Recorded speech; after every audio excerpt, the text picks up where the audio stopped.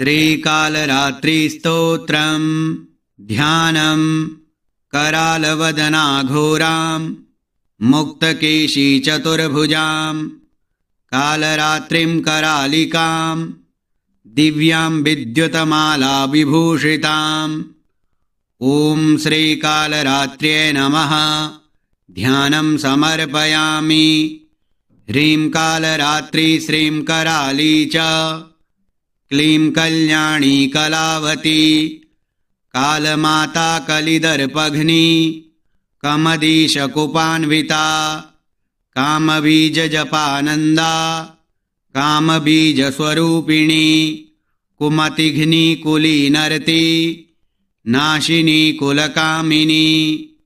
क्लीं ह्रीं श्रीं मन्त्रवर्णेन कालकण्टकघातिनी कृपामयी कृपाधारा कृपापारा कृपागमा।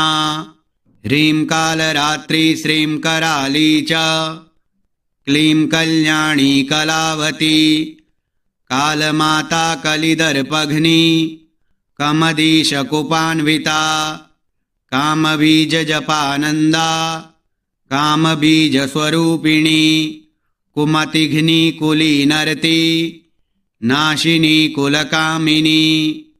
क्लीं ह्रीं श्रीं मन्त्रवर्णेन कालकण्टकघातिनी कृपामयी कृपाधारा कृपापारा कृपागमा।